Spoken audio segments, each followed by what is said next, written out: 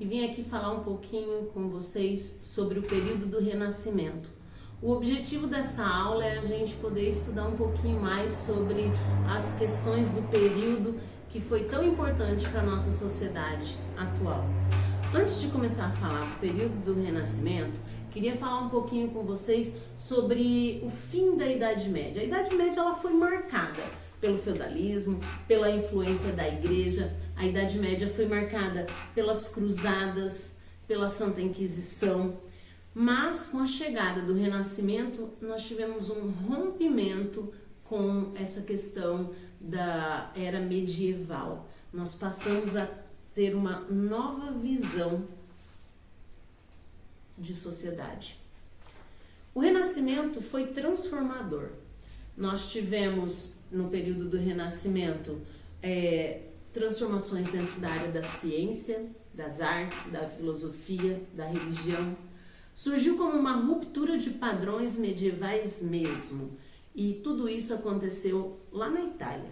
O começo dessa transformação foi lá na Itália. Nós temos características muito interessantes sobre o período do Renascimento. O racionalismo era uma dessas características. Falava sobre a razão única do caminho para se chegar a um conhecimento, que se podia ter sido explicado pela razão e pela ciência. Nós tivemos uma outra característica que era científica, para que todo o conhecimento da época deveria ser demonstrado através da experiência científica. Tudo tinha que ter uma prova real daquilo que estava acontecendo. Nós tivemos também o individualismo, o antropocentrismo e o classicismo. O individualismo fala um pouquinho sobre o ser humano, né? Sobre a busca que o ser humano faz com a sua própria personalidade. Mostrar os seus talentos, atingir fama, satisfazer suas ambições através de concepções de direito individual acima do direito coletivo. O antropocentrismo coloca o homem como um ser supremo, né? Ele fala que por ser criação de Deus, né, ele se torna o centro do universo. E no classicismo, nós temos o artista que busca inspiração na antiguidade clássica, dentro da área greco-romana, para fazer com que as obras de arte estejam com características de equilíbrio. É assim que nós vemos as características desse período. Nós temos no Renascimento, ele fica dividido em 3 fases. O 300, que é um período inicial, onde se inventa a imprensa e se inventa a pólvora. O 400, que é o quatrocentismo, né? Conhecido pela questão da anatomia, o realismo, né? Dentro das imagens de arte que aparecem nesse período, as figuras humanas muito voltadas para a realidade, com formas e efeitos de luz e de sombra que se destacam, algumas noções de perspectiva, algumas noções de realidade, para que essas obras tivessem características de equilíbrio clássico e expressivo. E para finalizar o Renascimento, terceira fase dela, vem o Cinquecento, né, que é assim que produz, acho, século XVI. Nós tivemos Leonardo da Vinci, Rafael Sanzio e Michelangelo Buonarroti, que vislumbraram o homem, né? Eles reúnem nos seus trabalhos artísticos como a expressividade e a beleza em obras relacionadas a esculturas e pinturas de sua época. Além da literatura, entre eles nós podemos citar Dante Alighieri, escritor da Divina Comédia, onde ele faz uma relação dentro do teatro com os autos.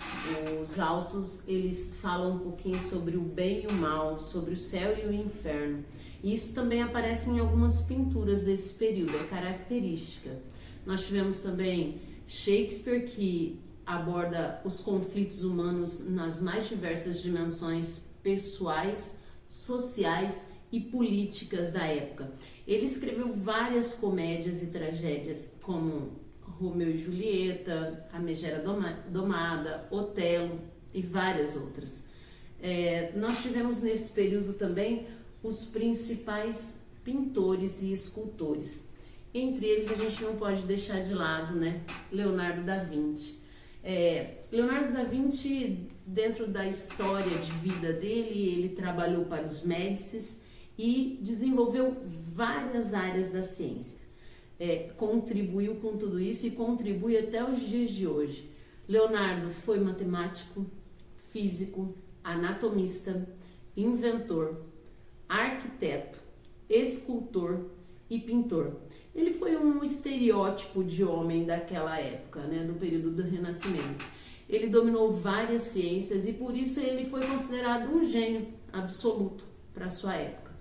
Entre eles fica marcado as suas obras mais valiosas, né, e mais analisadas, estudadas, que são a Mona Lisa, que tem várias características, e características como o efeito de luz e sombra, as noções de perspectiva que aparecem na obra e os mistérios, né, de efeitos criados entre o olhar, entre a boca, que é uma curiosidade para todos. E a Última Ceia, que foi feita em um mosteiro, né, na Itália, e ele fica num refeitório. A Última Ceia, ela é uma obra-prima que foi pintada por ele em um grande painel, e nela ele coloca uma grande noção de perspectiva, como se todas as pessoas que compõem a obra estivessem numa posição de fotografia. Curioso, né, para a época, mas foi assim que ele interpretou a Última Ceia de Cristo. Depois de Leonardo, nós tivemos outros artistas, entre eles Rafael. Rafael Sanzio foi um mestre da pintura, famoso na época por saber transmitir sentimentos delicados através de suas imagens de Nossa Senhora. Retratou várias Madonas e uma de suas obras mais perfeitas é a Madonna do Prado. Mas eu não queria deixar de lado, deixar de trazer para vocês essa obra da Escola de Atenas, que fala muito sobre questões de noção de perspectiva, sobre algumas coisas que a igreja conta nesse período, e inclusive sobre o clássico, né? Porque a Escola de Atenas é referente à arte grega e romana.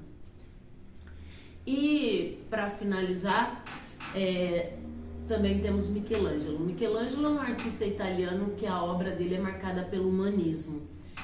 Além de pintor, foi um dos maiores escultores do período do Renascimento.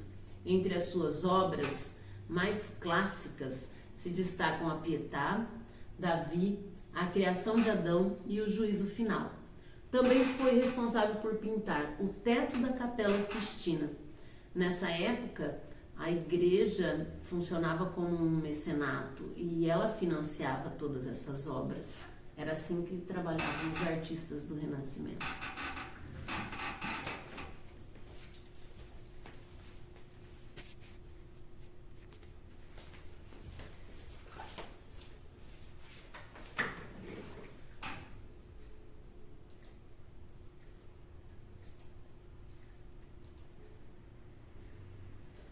Nesta última fase do Renascimento, vamos fazer um apanhado sobre o Renascimento. O Renascimento ele ficou marcado por importantes descobertas no campo de astronomia, física, medicina, geografia e matemática. Foi também no Renascimento que surgiu a burguesia.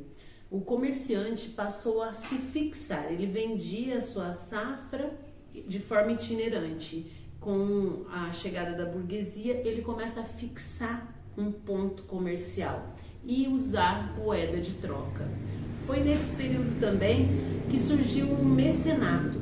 O mecenato eram os ricos da época, os reis, os príncipes, condes, duques, bispos, nobres, a arte, até os burgueses eram financiadores. Nesta última fase do Renascimento, vamos fazer um apanhado sobre o Renascimento. O O Renascimento ele ficou marcado por importantes descobertas no campo de astronomia, física, medicina, geografia e matemática. Foi também no Renascimento que surgiu a burguesia. O comerciante passou a se fixar, ele vendia a sua safra de forma itinerante. Com a chegada da burguesia, ele começa a fixar um ponto comercial e usar moeda de troca. Foi nesse período também que surgiu o mecenato. O mecenato eram os ricos da época, os reis, os príncipes, condes, duques, bispos, nobres. A arte, até os burgueses eram financiadores.